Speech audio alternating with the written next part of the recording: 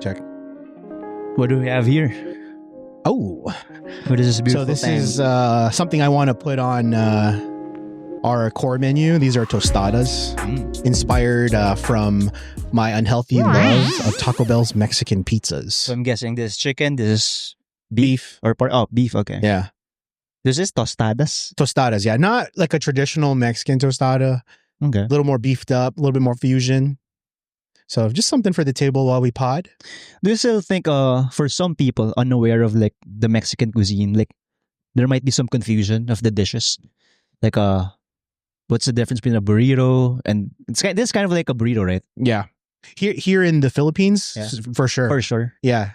I wouldn't even be surprised if, like, let's say I asked somebody on the street, like, what's your definition of Mexican food? They'll be like, oh, it's birria tacos. That's it, right? That's it. 'Cause They'll that's a probably popular thing yeah. right now. Mm-hmm. Yep. Or they'll just say burrito, but there are certain types of burrito also, right?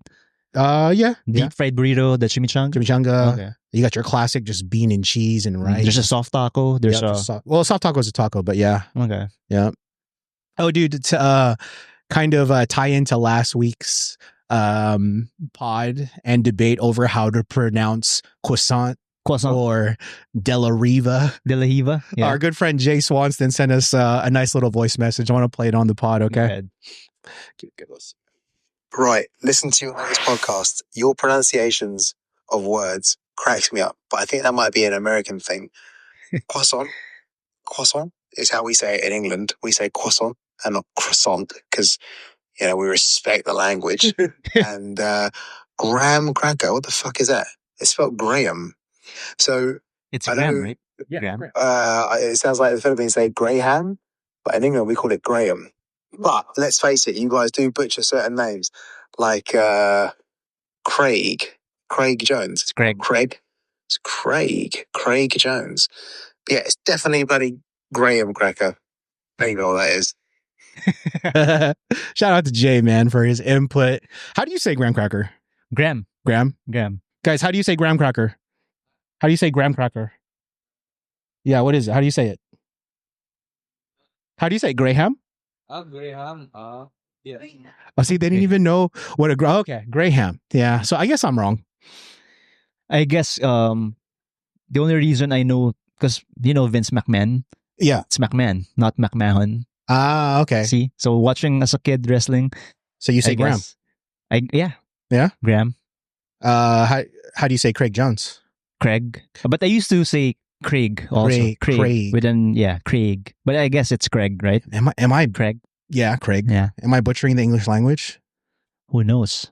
Because there's a lot of variations now. It's evolving, right? Yeah. Like You said- even aluminium. I don't Aluminum. know. I don't know anyone who says aluminium. Yeah. You know Right. what's the funniest one? It's already gotten overblown, but is hippopotamus. Hippopotamus. See, now I can't even say it. It's Hippopotamus. oh my god, dude, I can't. I think I'm Filipino for sure, 100%. Now it's Hip hop. hippopotamus. There you go. Hippopotamus. Yeah. Hippopotamus. Hippopotamus. Not hippopotamus. Yeah. What else? There's a lot of words like that. It's just hard to pronounce Yeah. because you have to have a second look reading it how the words are spelled. Yeah. And it makes sense with a lot of things here because in the Tagalog language, you have to pronounce As every is. single. Yeah. Yeah, as So is, it makes yeah. sense. And I didn't know that before. Yeah. They tagalize the word. They say computer, so COMPUTER, right? Mhm. Computer. The tagalized version is they're gonna add the U in between the P and the U. Computer. Computer. PYU. Ah, yeah. K, C becomes a K. Yes. PYU. Computer. Yes. Ah, yeah. They just tagalize it like that. Yeah, it makes sense. Yeah. And then, and real quickly, Dessa sent me this hella funny story she posted because it just so happened she listened to the pod and then she went to the market and there was a sign about graham cracker ice cream. She sent that to me. Hilarious. Shout out to Dessa, dude. I guess apparently she says Graham as well. Graham. The nuance of language is so fun, man. It's very, very It's always evolving. constantly. I wonder how Tagalog will sound in 100 years from now. Interesting. It's going to be so different. Dude, I'm interested in how Tagalog sounded 100 years ago. Pre-colonial. Yeah. Right? Because when the Spaniards came, they tried changing the language, right? They tried converting the Indios to speaking Spanish, right? So they have their own language before the Spanish came. It must be completely unrecognizable. Yeah, I know. Because there's so many Spanish influenced words in Tagalog now. Yeah, a lot. I wonder if we could ask AI to like mock up a version. Dude, yeah, let's do it. Yeah. Like what would Tagalog sound like in like 1890s? Yeah. Right? Because the Spanish took over in the late 1800s. Yeah. Yeah. After the they lost the Spanish American War, so they had to like sell the Philippines to the US. This is the Treaty of Paris. Mhm. They sold it for $20 million, I think. Yeah. And we became a US. I think, yeah. We became a US colony Yeah. after that. Yeah. Dang, dude, are we a history podcast? Maybe. But anyways, guys, so today's gonna be a fun one. Oh, first of all, my name is RJ. James. Welcome back to the Tap Talk podcast. We all of a sudden have a huge amount of listener questions, and I want to finally address them.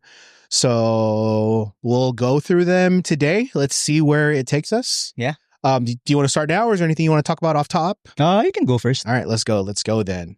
So today on episode 31 is listener questions. So yeah, I have some too, but yeah, go ahead first. Cool. So I think this one will be a little bit interesting because you have experience training in America. Yeah. As actually, I think you have more experience than me. I've only trained in America for a handful of times. Most of my training has been here in Pampanga with you. Okay. So first question is, what do you think's the difference in Filipino American BJJ culture versus Filipino BJJ culture? Oh, I see. So specifically Filipino American in the US. Yes, the culture there versus here. Good You question. can kind of answer it a little bit. Well, when I was training in California, most people there were Caucasian Okay. or Mexican. A lot of Latinos. I think I was the only Filipino. Maybe it's just 2 or 3 of us. So I didn't really notice the Filipino American thing. It's more of like Californian thing, the culture of California, where it's also kind of a hang. So, what I noticed how they run classes there, they have just 1 hour classes. 1 hour, 30 minutes is like the max that I noticed.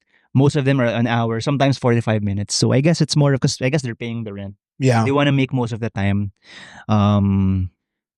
Amenities are good. So there's always going to be a parking, shower areas, mats are clean, tatami mats. That's about it. In terms of I guess that's an American thing. They always want to offer the best amenities as part of their, I guess, competitive advantage to other gyms. Mm-hmm.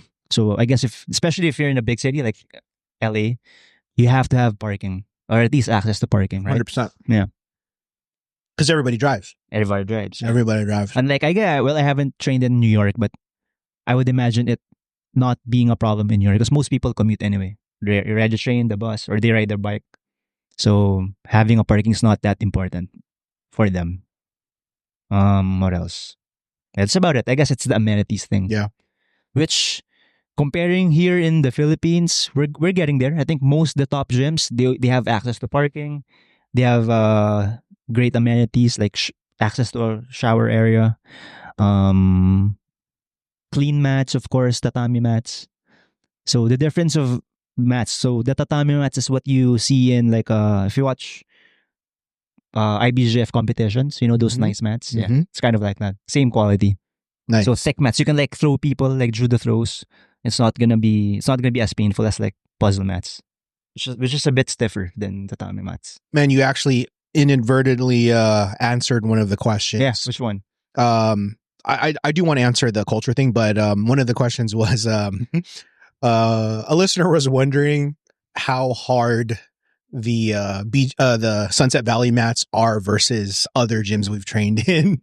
Oh yeah, so it's a bit stiff, but it's thick. It's also judo, but it's just puzzle mats. So it's a bit stiff, but it's thick. Yeah, they're very safe. Yeah. And the good thing with our gym in Jungle Base, they have I'm not sure what they call it. Like when what they put on the mats, it's also soft. Mhm. It makes it softer. Yeah. As opposed to if you just put the mats directly on concrete, then it's gonna be super stiff. Yeah. But if you put that material, I'm not sure what it's called. It's a thin, soft material, but it makes a difference, making it bouncier. Which is under the under the okay. mats. So it's not directly doesn't have direct contact on concrete. Yes. Yes. Yeah, so it helps a lot. So it's not too bad. It's not too bad. But of course, you'll notice the difference of like tatami mats. Yeah. It just feels so nice. Yeah, it is nice. Back to the Philippines culture. Mhm. I can answer to an extent, and I would definitely say there's actually not that much of a difference, man. So Apex in Vacaville, I would say there's like a lot of Filipinos there. Okay. Versus other gyms in the area. Okay, this is in Vacaville. This is in Vacaville, yeah. And everybody's really nice, man. Everybody's cool. Very proud to be Filipino American, and it just so happens when I was there last time, it was Filipino Heritage Month. Okay. So we took a picture, all the Filipinos in the gym. It was dope, man. Okay. So, but culturally, man, it's pretty cool. Everybody's the same and chill. I think the best person to ask that would be Danny. From Orion, right? Yeah. There's a lot of Filipinos in his gym. Yes, like almost all Filipinos. Yeah. They're like, if I'm not mistaken, man, I have some family in Henderson. Henderson? That's in Nevada? I think that's where his gym's at. Oh, okay. They're just outside of Las Vegas. Okay. Yeah, like it's like how San Fernando and Angeles kind of intersect. I think it's almost the same thing, but there's hella Filipinos in Henderson. Okay. Yeah, so yeah, he would be a perfect person to ask. Yeah. Speaking of languages, to circle back, Vacaville. What's the origin of that name? So Vaca is cow, right? Yeah, cow and town. Ville is French. Yeah. Right? Like, for house? Ville is like Ville is French, right? Villa is Spanish. Yeah, for house. Ville is French. We call it cow town. So cow but house, is it cow literally town. cow house? Yeah, but I mean the mix of those words. Vaca, Spanish, Ville, French. I should know the answer to this since I grew up there, but it's more of a guess. But I think it just used to be a huge cow cattle area. Exactly. So for farming. Yeah. I remember growing up, not specifically in Sassoon, but it was very close to Vacaville. There was this huge cow field where I lived, man. And it was there for years, slowly but surely we kind of just modernized and built houses there. But my backyard was just, my best friend's backyard was just cows. Okay. Hella cows. So. Stinky? Yeah. Okay. Stinks. Yeah. Pretty bad, dude. But I think that's pretty much the boring story of Vacaville. Yeah. We're known for being. It's just interesting. Why was it like a mix of Spanish and French? Why not just Spanish? Since the missionaries also went to. Yeah, you're right. Maybe area, it was caballeros, not like American cowboys that were herding these cattle. Okay. You know what? I think it was. Yeah, it was Mexican American cowboys that were herding these cattle. So they probably just went with Vacaville. Vacaville. Yeah. Okay. Yep. Kind of makes sense why I opened up a Mexican restaurant here. I grew up in a Mexican influenced town. Mostly Mexicans or Latinos? Not mostly. It's a lot of white people, but there's a good amount of Mexicans there. Okay. Yeah. Do you have a lot of Mexican patrons in your restaurant? Not my restaurant, but my dad's business. Oh, really? I want to say almost 40% are Mexican customers. Really? Yeah, dude. They're very much intertwined with how our business does. Okay. Yeah. Because we talked about it once. The culture of Mexico versus Philippines is very much intertwined because of the Manila Galleon. We're like the Asian Latinos, right? Yeah, exactly. Yes. Yeah. Oh, for sure. Especially if you look at how we're sent around the world to do work. Yeah. You know what I mean? Yeah. And the jobs that we do. Yeah, I guess Mexicans and Filipinos, they really get along. Yeah. I know this too because allegedly I did some work in the US in construction. a lot of Mexicans there. Yeah. They're pretty welcoming. Dude, every Mexican friend I have, dude, they're like family, man. Family. So it's just hand in hand. We get along right away. Okay. Because there's no cultural difference. Yeah, Literally. it's the same. Catholics. Yeah. My homie Javier, dude, we met my sophomore year in high school. We met maybe within a week or two. He invited me to his house and his mom started calling me Mijo already. Mijo. What is Mijo? Mijo? Is like son. Like boy? It's son? Like when you call... endearment. It's like a knock. Okay. Miho is like a nut. So iho. Yeah. Okay. Exactly. There you go. Iho. Okay. And like I just felt so like loved right away. I just met this woman and she's already calling me Miho. I was like, oh, Okay. like my second mom. So it's kind of the same thing, you know. You automatically call people auntie. Like, our cultures is just the same. The same. Yeah. Dude. Nice. So it's very interesting, man. You know, in the gyms I've trained at, there's not too many Mexicans training. I mean, you would imagine here in the Philippines, there are not so many Mexicans here, right? Dude, I haven't ran into one Mexican Exactly, but a lot of Americans, here right? at all. Yeah. Why are there no Mexicans here, dude? You know, the only Mexican I've seen was about a decade ago. I was just visiting and me and Carla, we were staying the night at a hotel somewhere in Manila. Oh, where's New World? New World. Is that considered Makati? No. That's in Pasay, I think. So I was in Pasay. And no. New World Hotel? Yeah, New World Hotel. That's Makati. The Greenbelt near the mall. Exactly. There you go. Yeah, Makati. We stayed at there, and then we were eating out and we were sitting by this TGI Fridays, and a Mexican chef walked out, and I was so shocked. How do you know he's Mexican? Oh, I could tell. 100% he was Mexican. You could just tell. You know, I know what Mexicans look like, dude. Okay. And I saw him, and he had a chef coat on. Is that racist? If you can tell. I mean, can't you tell I'm fucking Filipino? I mean, I get Mexican a lot, though. Mexican? Yeah, I get Mexican a lot. When I had long hair, I used to get Samoan. All the time. Dude, man, I felt kind of cool and also like an imposter, but because dude, Samoans would go up to me. The tattoos. Yeah, the tattoos, and they would go up to him. They're like, "What's up, Oos?" That's like a thing. What's Oos? U-C-E. Is that a Samoan word? Or? It's like brother. What's up, Oos? Yeah, like that's what you like. If you see a fellow Samoan, I'm assuming that's what they do because that's what they would do to me. You know what? Polynesians also get along with Filipinos. Yeah, because in Hawaii, there's like a subculture there of specifically Ilocanos who migrated in Hawaii. Yes. And they're like very tight with the Polynesians. Food, culture, brotherhood, something about like being on an island. Yeah. It like shapes you. So even my friend who like his family moved there, they respect, because you know how like Samoans are respected for their strength, you know, their wars. But they respect the Ilocanos. Yeah. Like that subgroup there of Filipinos. They respect them. Yep. You just can't say I don't want to speak on. Never mind. I don't want to. But yeah, dude. So, all right. Next question. So, here's a good one. Do you think the majority of Filipinos here in the Philippines are guard pullers? I would say so. Yeah. Yeah. I would say so. Like maybe 7 out of 10 are guard pullers. Because most Filipinos are like in the 64 to 70 kilos weight category. So smaller people, so they tend to play guard more. You know, because especially if you're in the gym, usually you're like the smallest person there, so you can't really take someone down bigger than you, right? And also, I think it makes sense to work on your bottom game, especially if you're going against someone bigger. So yeah, most people would be here in the Philippines at least. Or guard pullers. Maybe 67.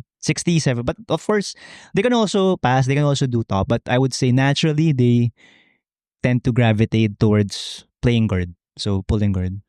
And mainly because you said because of size. Because of size. And like as you go over 70 kilos, so maybe 76 to 80 kilos, then that's where you'll see them staying on top more or taking down. Because weight is their advantage. You know, gravity is on their side. By just being on top of someone, you know, gravity is on your side. Especially if you know how to put the weight on your opponent, then it's your advantage. Nice. Like you, even your first, like when you started playing jiu-jitsu, you're more gravitating towards staying on top, right? Using the weight. Yep. Very true. How do Filipino BJJ players here view leg locks? Leg locks? I think it's changing. It's in the meta. Definitely, since the introduction of jiu-jitsu to the as when it was recognized as a national sport.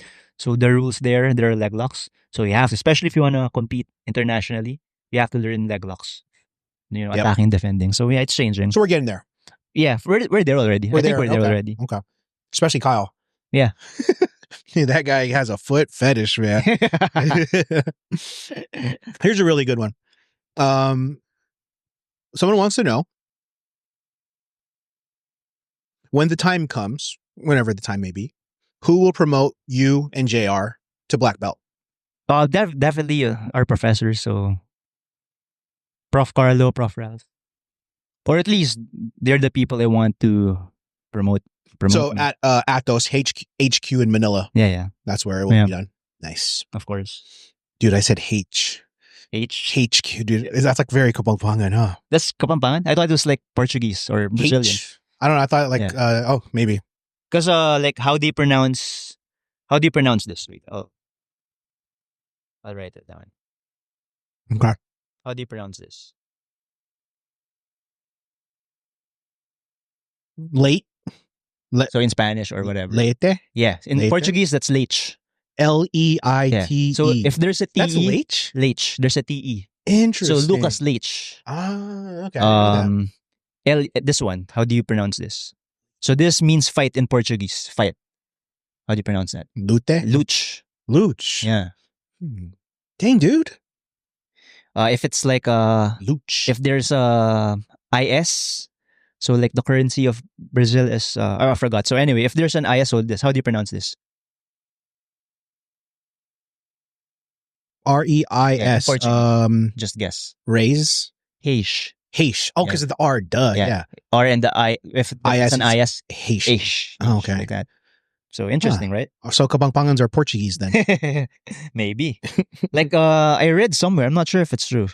Like there's a lot of similarities between Hawaiians and Japanese in language. Oh, like, yeah. Like I guess somewhere before there's like a migration, either Japanese migrating to Hawaii or Hawaiians migrating to Japan. Mm-hmm. That's why there's also a big population of Japanese in Hawaii. Yeah. And there's like a similarity. No, sorry. Native Americans and Japanese. So Native Americans and the Japanese, they share certain similarities like in their language. I'm just really? not sure. Yeah, you can look it up. I want to dive into that. Interesting. Okay. Yeah, we will look that up. Yeah. Nice, dude. Native Americans and Japanese. Yeah. Okay. There's like there's some like very link. similar. Yeah, there's a link. Okay.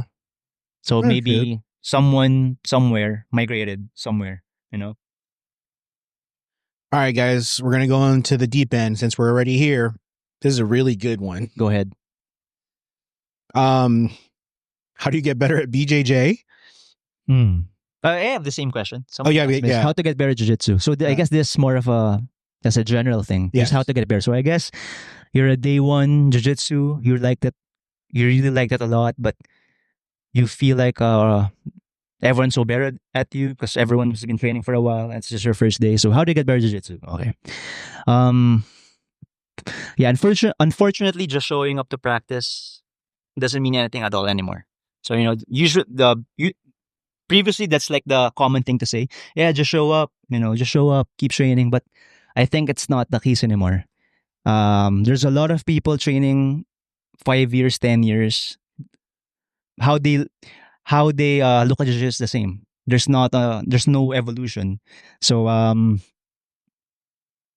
at least at our gym in Sunset Valley, we value skill acquisition. Really like developing skills, showcasing those skills, So that's how you that's one way of showing that you've improved or how you grasp the concept of jiu-jitsu, right? If you can actually demonstrate it, right? So it's like, think of it as a language.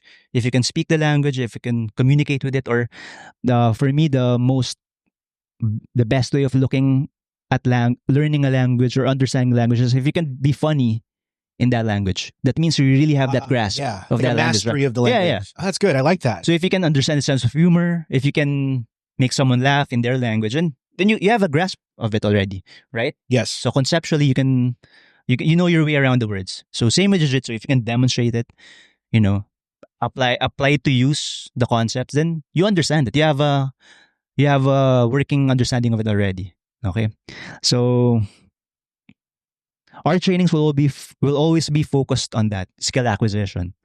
So just starting small. Of course, if it's your first day or first week, you can just start small, simple. Just by following simple instructions is enough. Just when I tell someone or listening to your coach, just if they tell you to focus on something, focus your attention on something, then just starting there. Because if you can't even follow simple instructions, how can you like proceed, right? So it's gonna be difficult for you.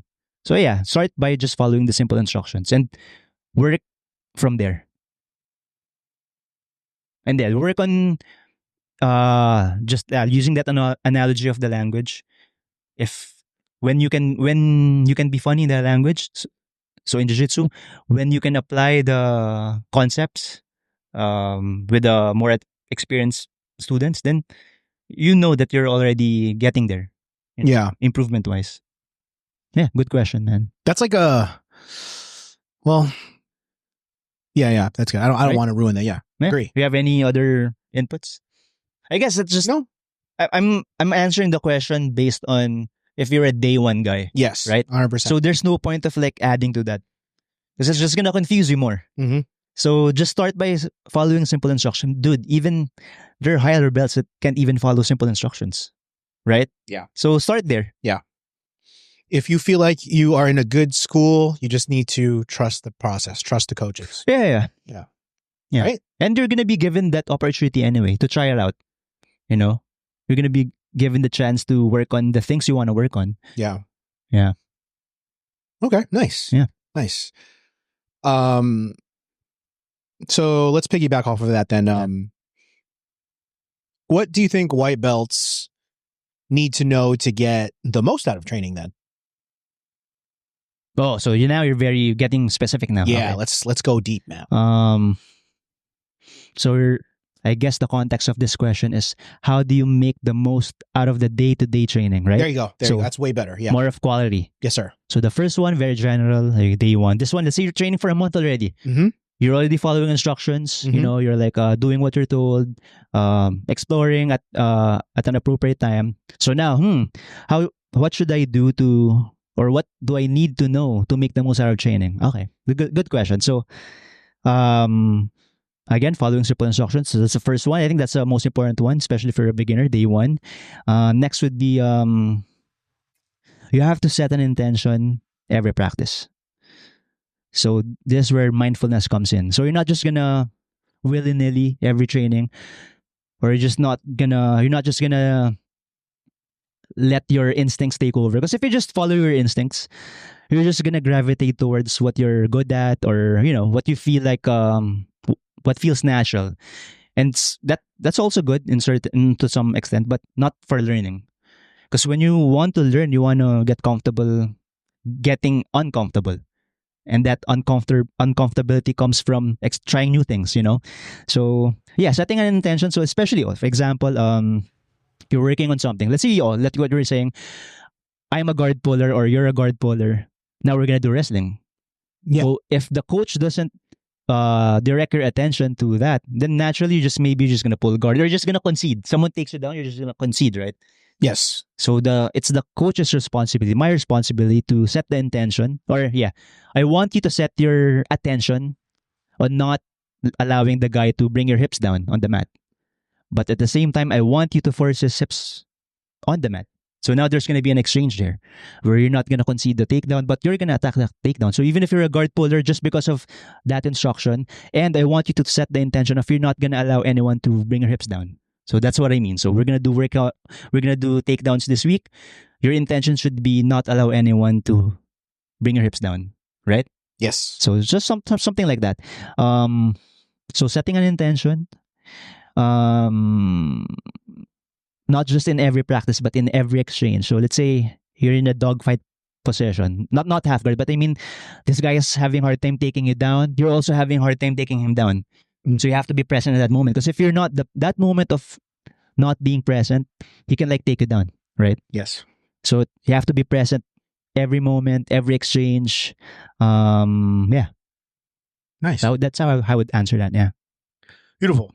Yeah. And I think I made that mistake for a long time until like conceding? someone actually said it. Yeah. Conceding, yes, for sure. Actually, I still make that mistake, but not setting your intention for that day. If you just go with the flow, man, like, are you really learning? Yeah, exactly. Dude, even me, I'm also guilty of sometimes like I'm always gonna be going for my strong positions. So I write it down for example. So this is what I write down just to show you Oh wow. Wow. the things I want to do to people. So I want to do a double butterfly guard, shoulder clamp to choi bar to the back. Double butterfly guard, arm drag. So these are the things I'm experimenting with. So I'm already good with the butterfly sweep. So now that's the time to add variation. So yeah, I write it down just to remind myself this is what I have to do. Was this for like one of our classes, or this when you go to Manila? For No, this no, one? no. This is just This is what I'm doing now. Oh, nice, dude. Yeah, I don't know if you notice, I'm doing the the Yeah, sumi gaeshi yeah. shoulder clamp. Yeah. Are these private? No. Can I not read them really. out Yeah. Go ahead. to the listeners? I'll just read a couple. So Yeah. You can read the first three. first three: double butterfly guard, shoulder clamp, choi bar to back. Oh, I saw you trying to do that today. Yeah. Double butterfly guard, arm drag to back, and then last but not least, half butterfly guard, tripod sweep. Yeah. Nice, dude. So Oh, I'm write gonna it start down. doing this, man. That way, you're always reminded of what you need to do. Yeah. So that's how I do mine, just to prevent. Because if I don't write it down, then I'll forget. Then I'll just stick to. If I don't write it down, I'm just gonna stick to the over the shoulder butterfly guard and keep doing that. But I Oh. feel like I wouldn't say I'm great at it, but I'm better at it than like 2 months ago. So now it's time to like divert, shift my focus to another variation. Because again, variation is key. Yeah. You wanna vary the things that you do. Yes. That allows you to be I would say a better grappler. Yeah. So yeah, variation is key especially for the beginners there. Okay, I have a quick challenge for you then, man. I'm gonna put you on to the fire. Okay. Yeah, go ahead. Set 3 intentions for me right now for, let's say, next week. It's okay. No, come in. Oh, I think he wanted to go to the barbershop. Set 3 intentions for you. For you? For any class. Let's say I'm going to go to Monday night class. I'll go attend your class. We've known each other for almost 2 years now. Mm-hmm. Let's go. Set 3 intentions for me. I'll just write it down. Okay. So I don't want your butt to touch the mat. Okay. So whatever that looks like. Either you go to half guard top, flatten them from half guard, pass from there. Don't even get the back, because if you get the back, sometimes you're gonna roll over to your back, to your butt, right? So just stay on top. Okay. Then you can finish your submissions there. So just find the way, get all the positions you can without your butt touching the mat. So that's gonna teach you, I guess, to not concede the bottom position. Because once your butt touches the mat, you're kind of like conceding it a little bit, right? Yes. But as long as your butt doesn't touch the mat, that means you're on top. Or you're standing. If not, you're standing. Okay. Yeah, so you can, as simple as that. Or let's say you're always getting you're having a hard time passing someone's guard when they have a collar grip on you.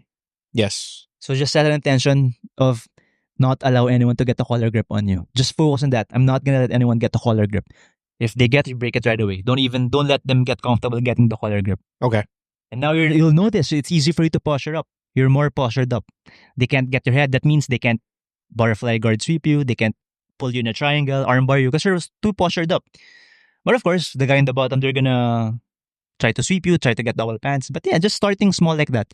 Not allow anyone to get a collar grip. Not allow anyone to get your back. So no one should ever get the chest to back. So you can like scale it up or down in difficulty. So yeah, if you're a white belt, just focusing on that. Don't let them get a collar grip on you. I think it's gonna help a lot in how posture works. Nice. Right? Nice. Cool, man. Thanks. So yeah, don't get on your butt. Yeah, you can try that out too. Don't let them get a collar grip on you. Yeah. If they get it, break it right away. Okay. And so they can't get a collar grip again. You have to control the sleeves, right? Yep. So let's say you're standing up. They're gonna get a collar grip. You're not gonna allow them. Then eventually you get to capture both sleeves. So you're holding both. Mm-hmm. And now you can shoot for a takedown. Because their hands you're controlling their hands. They can't like use their hands to like block you from shooting. So now that's the time to like shoot, right? Yeah. So these intentions that you set, they will open up pathways Exactly. for opportunity. Exactly, yeah. It's gonna present opportunities where behaviors will emerge. Nice. That was the profound shit I'm talking about. Yeah, so just focus on those two. Let's focus on those two. I like it, man. So don't go on your butt. Don't let them grab your collar. Cool, man. If you want, the only submissions you're allowed to do are like arm bars. Just focus on the right arm. You're only allowed to attack the right arm for an Yeah. armbar. Okay. In a way, you're like setting constraints for yourself. Yeah. So now that's where you get creative, right? Nice, dude. Like what I do for the butterfly, I'm only gonna sweep one side, right? Mm-hmm. Isn't it apparent, guys, listeners, that this guy like lives, breathes, and sleeps jujitsu? I try. I got a really good listener question, man. Go ahead, man. And this one's like probably like something I've been wondering myself is Yeah. how do you personally break through a plateau? Okay, so I guess this would be like 1 year in or For sure. blue belt, like Mhm. quit for a bit, went back. Yes. That's a good question, man. I would circle back to variation is key. Nice. You run into a plateau rather than hammering that move. Just shift your focus on another thing. Shelf that move first for a bit. Because if I guess in order for you to have a long jiu-jitsu career, you have to have fun, right? So if you're not having fun, if you're getting frustrated all the time, eventually you're gonna quit. Yeah. Right? For 100%. Yeah. So Need to have rather than forcing yourself to do that one thing that you're stuck, just focus your attention elsewhere. Set another attention, or seek another variation. Right? Yeah, but yeah, just come back to it again after a bit. Once you're once you're refreshed. Yeah. So sometimes it's just also your mind, man, or your nervous system maybe, I don't know. But yeah, sometimes you also need to take a break. Not from jiu-jitsu, but just doing something different. Yeah. Yeah, right? Yeah. Just think of it as variation. There are other aspects of the guard. Let's say you're having a hard time with the particular guard. Instead of like keeping at it, just do another guard. Shift your focus to a totally different thing where they're still gonna be learning. Because if it's a new thing, then you're gonna learn new things about it, and you're gonna develop that that vigor from learning. Yes. And once you have that positive attitude, then you can go back again to that. Then I guess you'd notice, since you're coming in it with a positive attitude or with a better understanding, then you'll have you'll have better results this time, right? Rather than working at it in frustration, Yeah. What else? Yeah, so because with variation, when you try something new, you're like opening yourself up to a different stimulus, right? So if there's a different stimulus, adaptation can occur. So the more adaptable you are, the more resilient you are, the better grappler you are, right? Yeah. Like that's the science behind it, I guess. And that's just not jiu-jitsu, that's life, right? Yeah, I it's funny you said that. I was literally thinking how you sound like a marriage counselor. Is your sex life not working? It's time for you to experiment. I'm just kidding. Sorry, that was great. Is it time to introduce another? Oh man, is it time for you to go on Reddit? Joke line. That's good. That's really good, dude. Because no matter what, no matter how good you are, you're eventually going to hit a plateau, and you need to know how to break through that shit, dude. Everyone's gonna go through with it. No one's an exception to it because we're all humans, It's like a big motivator for me, especially when I'm training in the States. I'm paying $150 a month. You better fucking go to class and figure that shit out. Yeah. It is expensive to train. Even here in the Philippines, it's very expensive to train. You better figure out how to get through that plateau because you're paying good money. Yeah. You know what I mean? And I think tattoos are good too. Oh, needed. Like, sure. Yeah. I mean, even in lifting, dude, it's unmistakable. Like, when you reach a plateau in lifting, you're gonna know because your body's gonna let you know. Yes. You're gonna be fried. Your nervous system's gonna be super off. You know. It's time to have a deload week or switch it up. Yeah. At least in jiu-jitsu, you can still push through with it. But yeah, your learning's gonna slow down But in lifting, you have to respect the deload. Yeah. Yeah. This is completely unrelated, but that's just how the pod goes. Mhm. Jay messaged me out of nowhere, dude. Look at this. JUK. Jay Swanston. Okay. Let's see here. I think it's related to jiu-jitsu. I don't even know if he's going to approve of it. I'll just cut it out if it's not appropriate. I think it's jiu-jitsu You're related. gonna meet him in California, right? Is he going? Yeah, dude. Oh, yeah, dude. I forgot to bring that up on the pod, man. Yeah.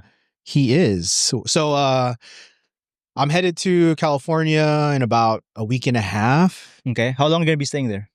I don't know, but Less than a month, hopefully. less than a month, hopefully. Okay, Yeah, if I can get my nice. shit done. I don't want to stay away too long. Oh, man.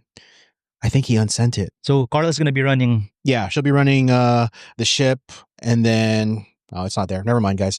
Sorry about that. But Jay just so happens to be arriving like a day before me, so we're gonna meet up that weekend because he's gonna be taking a trip to Frisco. actually no, just to meet me. He's gonna go in San Francisco. Yeah, he'll be, or I don't know. He'll be staying in Northern California, but he's gonna come to my town, dude. He's gonna come to Cowtown. Is he gonna visit family or is He's just going to see America. He's never been. and he just selected that place?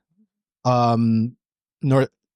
Yeah, I don't know why he wants to see Northern California. I mean, you could have gone to Texas, New York. Yeah, he probably just wanted to see all the crazies, man. Okay. The homeless problem. The homeless problem. I don't know what. That's a good question. I'll talk to him about it once we get there. Oh, yeah, like what were his choices? I'd like to know. Choices for visiting. Oh, I'll ask. Yeah, because he could have. You're right. He could have gone anywhere. Yeah, you could have gone to Texas. There's a lot jiu-jitsu scene there is good. You're right. Could have went to. Maybe we can squeeze in a pod. Yeah, you should. Yeah, I'll bring all my gear, even though you don't need much. But yeah, man, the heck happened? But anyways, here I got one last one. You want to do it? It's not so much jiu-jitsu related, but it's James and RJ related for sure. So this listener asks, if you wake up tomorrow and you're suddenly 10 years old and this was all a dream, what 3 things would you do differently? 10 years? 10 years old. I was just dreaming? Yeah, let's say, this up until now was all a dream. Damn, so... You wake up at 10. And you remember everything? Yeah. Damn. Yeah. That's it's very much an RJ James question, yeah. Shout out to Kuya Kenneth, man. But, so you wake up and all the people that you've interacted with, they're all fictional? Yes. They don't exist? No, I mean, you just travel back to your 10-year-old self. Okay, I see. Yeah. Okay, so it's the same realm, the same reality. Yeah. We're same timeline. So 10 years. Yeah. Man. So I'm assuming you're in Manila? Yeah. I'm in Sassoon City in California. So that means I'm in grade school. Man, that sucks. You didn't have a good grade school? I didn't like school so much. Yeah. That's a great question. Man, so I have to my first thought is how do I retrace my steps, or how do I get to the steps where, I meet my wife and I want to make sure my son gets born, right? Oh, right? Man, because you could fuck it up. Yeah, you could fuck it up. Yeah, you're right. You have to be the perfect timing, right? Ooh, you're right. Yeah. That would be my priority too. You're right. I didn't even think about that. And you can't get too big. Meaning, because if everything's a dream, but if it's real, then who's gonna win the Lakers. Yeah. Gamble. Yeah. You could just bet on Mayweather for everything. Invest into Google. Yeah, exactly. Apple. Tesla. Yeah, AIs, right?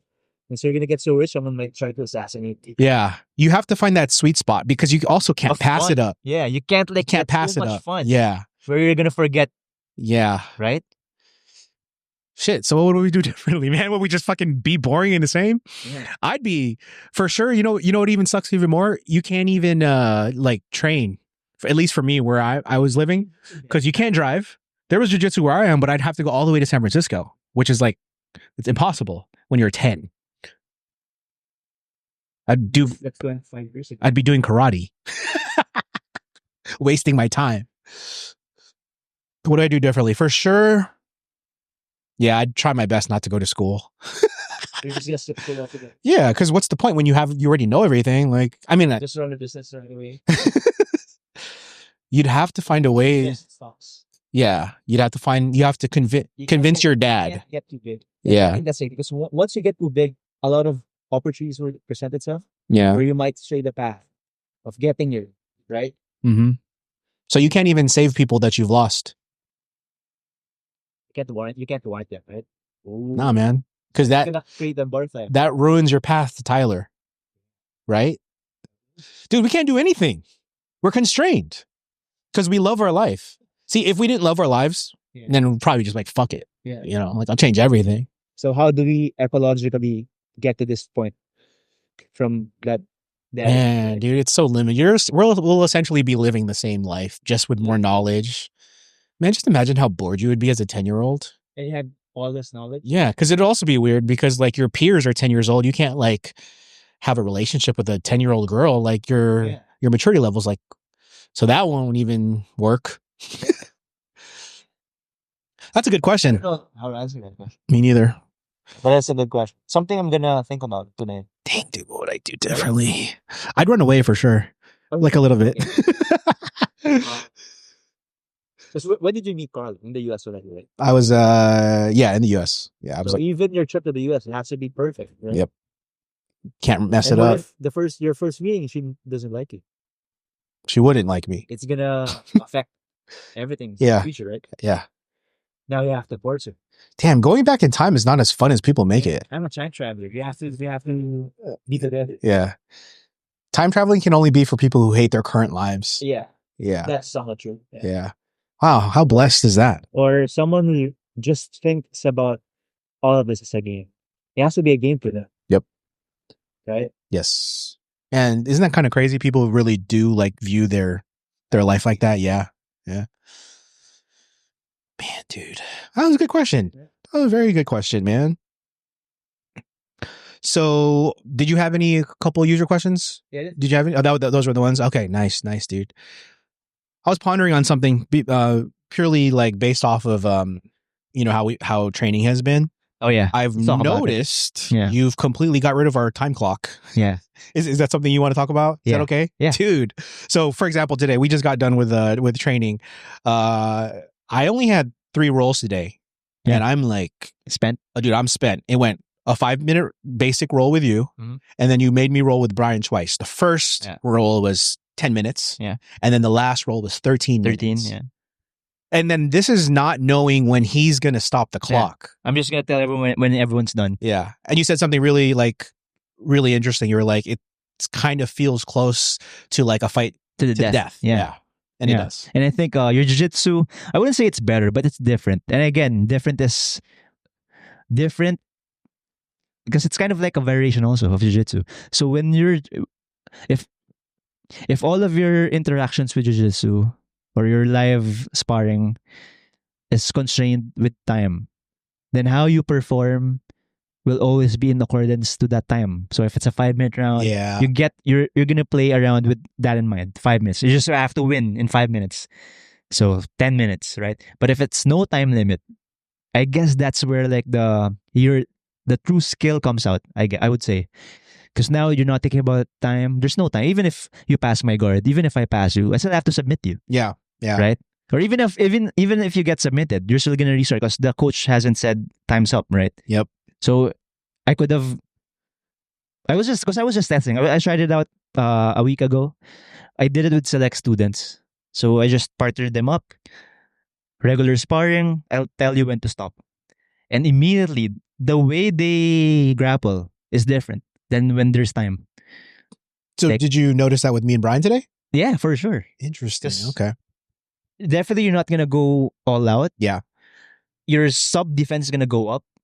You're not gonna be as easily submitted or easily to submit as opposed to like if it's timed. Yeah. I just noticed it. And I think that I wouldn't say it's the true jiu-jitsu, but a different version of your jiu-jitsu comes out in no time limit rounds, which I think is also important to work on.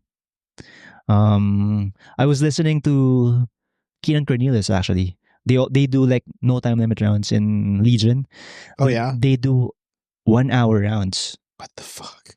to the death. That's of course jokingly. Yeah. Like literally though. Yeah, to the death. Or not literally. Yeah. Jokingly. Yeah. Um, Is this something new for them or they've been doing this? Like getting rid of the clock? according to him, he's been doing this kind of types of training for a bit. What else? What else? What triggered me to do this?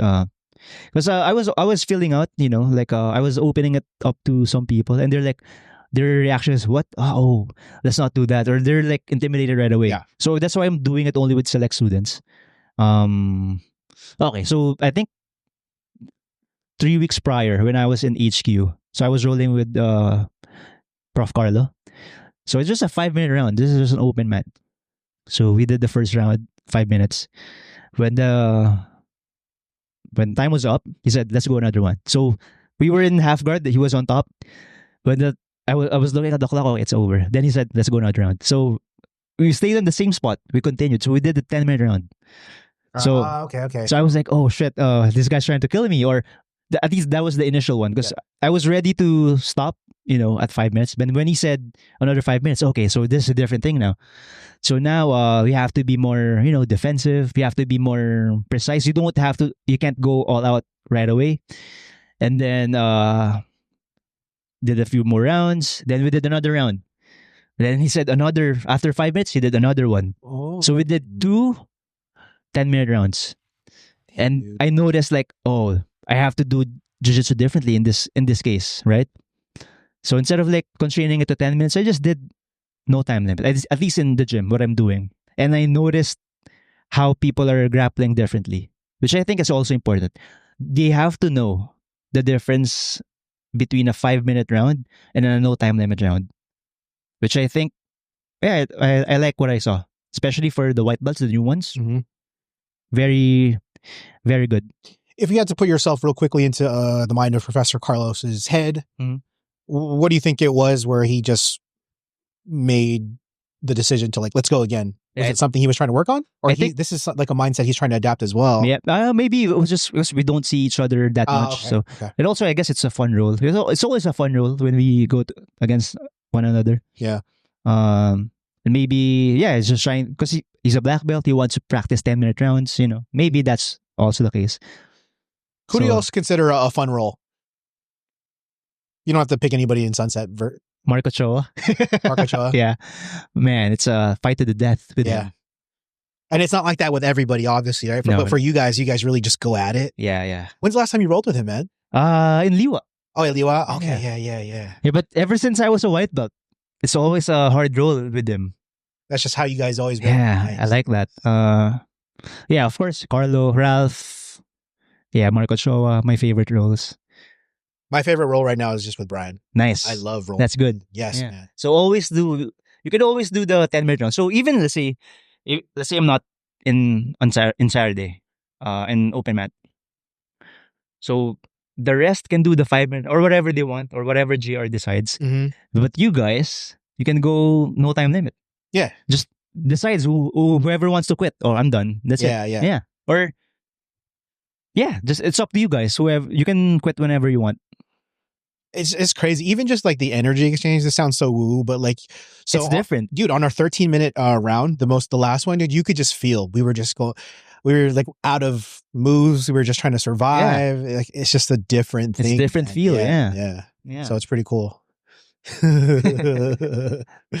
But it's even- fucking hard, dude. Dude, It's even- so hard. Even the females, even the Dessa and everyone, Yeah. they're very receptive to it. Mhm. Yeah. I love how you treat us like those little experiment Yeah. mice. Like, this is what I'm gonna do today. It's pretty cool, man. Yeah. Pretty cool. Oh, so this is a fairly new thing that Atos HQ in Manila is doing. You Oh, guys yeah, have a yeah. super fight every Sunday. Every Sunday. And we have a couple Sunset Valley folks Yeah. coming out tomorrow. So Who's competing tomorrow?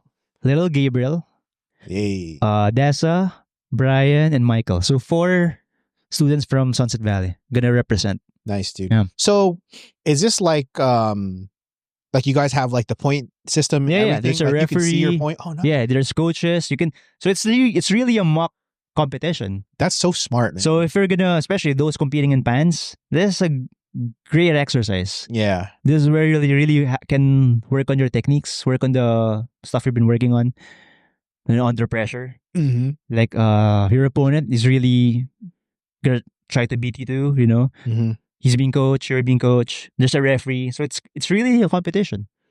Do you know who Brian's going against? I don't know. I don't know. Okay, because I was talking to him this morning. I was like, "Did you look?" And he's like, Yeah. "No, I can't. I can't." I don't even know. Oh, so you don't even? I don't oh, even okay, know. okay. So he wouldn't be able to find out. Yeah. Oh, He wouldn't even okay. find out. What are the stipulations for his match? Are they going to match him up like same weight? Yeah. So it's very. What about age? It's not so strict. So Okay. so I think his opponent is like around 90 kilos, but Brian is 88. Yeah. So they're good. It's fine. It's not so bad gap, right? Everything is 5 minutes since they're white belt. So 5-minute rounds, BJJFP rules. And are they gonna consider age or no? On this one? Not really. Yeah. It's up to Because it's an in-house competition. Yeah. Okay. So like how it works. So let's say you want to compete. I'll just tell the organizer, I have a student. He's a white adult male, and then I'm just gonna indicate the weight. Let's say you're 90 kilos. Then could you find an opponent for him? Okay. So that's it. That's pretty much it. Yeah. So just, do you want to know your belt? Do you want to know if you're male or female? Do you want to know your weight? That's it. Nice, dude. And it's just one match. One match. But that's for little Gabriel, I think it's 3 of them. So I'm not sure how it's gonna work out. Maybe around Robin. I'm not sure. I'll find out on tomorrow. I'm excited to hear what little Gabriel does. Yeah. That guy's a little killer, man. Yeah. And like, he's so nice. I'm also interested in how he's gonna perform. Yeah. Yeah. Yeah, 100%, man. Yeah. Little Gabriel? Yeah. Very interested. Because he's gonna go against seasoned players. Like training 4 years already, competed a lot of times. Nice. So it's interesting to see how he's gonna, react to that. And for you as a coach, this is the perfect chance for you to see if your shit is working or not, right? Yeah. It's got to be so interesting on your end, dude. Yeah. It's such a different aspect, right? Yeah. It's fun. Nice, man. So what am I going to miss over this next 30 days? What do you think? Oh, you know what? Here's a better question, man. I get an opportunity to train with completely new people. What do you think my intention should be? I'll probably do the same thing. I'm going to train at Apex in Vacaville, and then I'll also train at the smaller gym. New people? Okay. Yeah. What do you think? So give me some intentions I can work on. So let's say you're gonna go against higher belts. Then that's where you practice your A game. Okay. Your strongest positions. If you're gonna go against someone not so experienced as you, work on your bad positions or your weaknesses. So that's the best time to practice your open guard. So day 1 white belt, practice your open guard. Practice your guard. Or if you're gonna go against someone smaller than you, like if you're gonna go, like say with J size, practice your guard pulling, sweeping, back taking. Yeah, you can focus your attention on that. Okay. But so let's say purple and up, just bring A game. my A game. Okay. A game, yeah. Top. Gotcha. Staying on top. Don't let your butt touch the mat. They're gonna try to sweep you. Most likely they're gonna pull guard. Don't allow them to sweep you. So so that's the intention, right? Not get swept. Now the attention would be, let's say, of course you're gonna get swept. Yeah.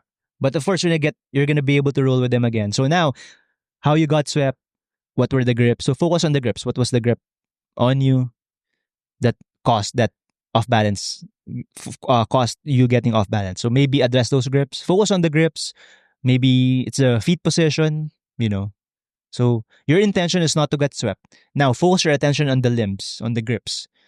Now, so let's say you're able to address the grips. Now you're not getting swept. Now there's going to be a transition. How do they transition to make their grips effective, right? So that's how you can like mind map your, Cool, man. I will be listening to this pod on the plane, like on repeat to make sure I get this, dude. Hell yeah, dude. Cool. Yeah, I think that's the missing link. The, setting the intention. It sounds woo-woo, but it's the shit. Yeah. You can't do anything important without an intention behind it, right? Even opening this restaurant, right? You didn't willy-nilly it, right? There was a careful planning. There's like, a lot of thought went into it. So why not also in grappling? I think you can make a case for setting intentions, like basing it at the center of your life. Yeah. You set intentions for everything that you do. Just imagine the amount of things that you can do. Yeah. Could be the smallest thing from like, hey, let me wake up at 6 a.m. versus 7 a.m. Or maybe one day you can wake up as a woman, right? Dude, I'd be like the ugliest girl. I would never do that, man. Yeah, what if I'd be so but what if you wake up and you're 10 years old and you're an ugly girl? ugly. That's gonna suck, right? Yeah. How are you gonna navigate your life if you're ugly? Ugly woman. Oh, it'd be super funny. Super funny? Yeah, I'd find- personality? I'd be my best. Like, I'd find all of the comedy books, dude. Okay. I would just be funny, man. I thought you're just gonna be an ultra hoe. Nah, man. I'd work my way into Hollywood. Just Hollywood. think about all the ugly famous women. Like who? An example? I don't want to say. just think about someone who's ugly to you and who's funny. Ugly funny. This person's not even ugly to me, but she made her comedy based off of it. Oh, She's Schumer? white. She's Schumer? blonde. Yeah, her. But she's a joke thief, right? Huh? Yeah, but in the beginning of her career. Okay. Let's say even if she was, yeah, you're right. She was called a joke thief, but Yeah. regardless, she was very smart. Okay. She capitalized on the fact that She's the woman. she doesn't look like the average blonde person. Yeah. And she was funny. Yeah. Yeah, she was funny. I don't even think she's ugly, but that's what I would do. Okay. That's what I would do. You're gonna leverage that. Just okay. be funny. Okay. What do you do? Ugly woman? Yeah. Man. Now that's a constraint. And let's say you're also poor, you can't like afford plastic Oh my surgery. god, dude. Hmm. Oh man, I saw the most fucked up meme, dude. It's so fucked up, but like What's the meme? it's out there. So I don't even know if it was real. It could have been not. What's the photo? So it's a photo of an African American kid Kid, okay. in a wheelchair Okay. wearing a Jewish star. Jewish star? A Jewish star. Oh, it's Star of David. Okay. Yeah. And then holding up a rainbow flag. So he's black. Black. He's Jewish. He's disabled. Okay. And he's gay, dude. And then the text on it was like, "You chose the hardest level." I thought it was so funny, but it was from a black guy. So it's a black guy reposting it. Okay. He was just like, "You chose the hardest level." God mode. Yeah, dude. It was kind Living life on Yeah. God mode. I guess that kind of relates, but Hmm. I mean, it kind of just like on the other end, it is kind of fucked up how like if you are an ugly woman versus a prettier woman, you kind of Yeah. Definitely. you have way more doors open. Yeah. Just like how a short guy has less opportunities versus a tall guy. Yeah. In sports alone, right? Yeah. Yeah. Dude, do you before we end the pod, this is a pure jiu-jitsu podcast. Do you think who's that tall ass jiu-jitsu player? I think he's a Gracie. He's super tall, man. He's a legend. I just don't know his name. Tall. Greasy. I think he's a Gracie. Yeah, he is a Gracie. Tall, like he looks like he's almost Spanish. He has like strawberry blonde hair. Strawberry blonde hair. He's a Gracie, man. Not Mary Gully, right? No. He's a little older now too. Tall greasy. Yeah, he's tall, dude. He's like at least 6'3". But I'll figure out his name. But What's his game? I don't know, traditional jujitsu. But Okay. he has like I'm sorry, I forgot his name. But he has like a match from like the late 90s, early 2000s. So he's an older gentleman. Yeah. Okay. And they call it like the most legendary match ever, or one of the most legendary matches. Ooh. It's in Brazil. But what my question is, like, what do you think? Do you think his height really played like a role in him being successful? Does being tall in jiu-jitsu help you? Yeah. Oh yeah. Of course, it has its pros and cons, especially playing guard, Yeah. because now you're able to keep the distance so far. But at the same time, tall guys, or especially if you have very long legs, once you get past, it's gonna be harder to recover. Because you have so much Yeah, distance. so to it. your femur is so long, and the space is so short or so tiny. It's gonna be difficult for you to get your legs back, as opposed to like a Marcelo Garcia, shorter legs. Yeah. It's maybe it's easier to pass their guard, but it's easier also for them to recover. So there's also a Makes trade-off. sense. Like how Jay and Dessa can easily just get their legs Yeah. back in. Yeah, and also, there's also a benefit of staying compact, as opposed to being lanky. Yeah. So maybe he was just really good. Yeah, of course. Man, I'll figure out his name later. Okay. But anyways, guys, we did it. We'll see you guys hopefully soon because I'm leaving next week. Okay. Peace, dude. Peace.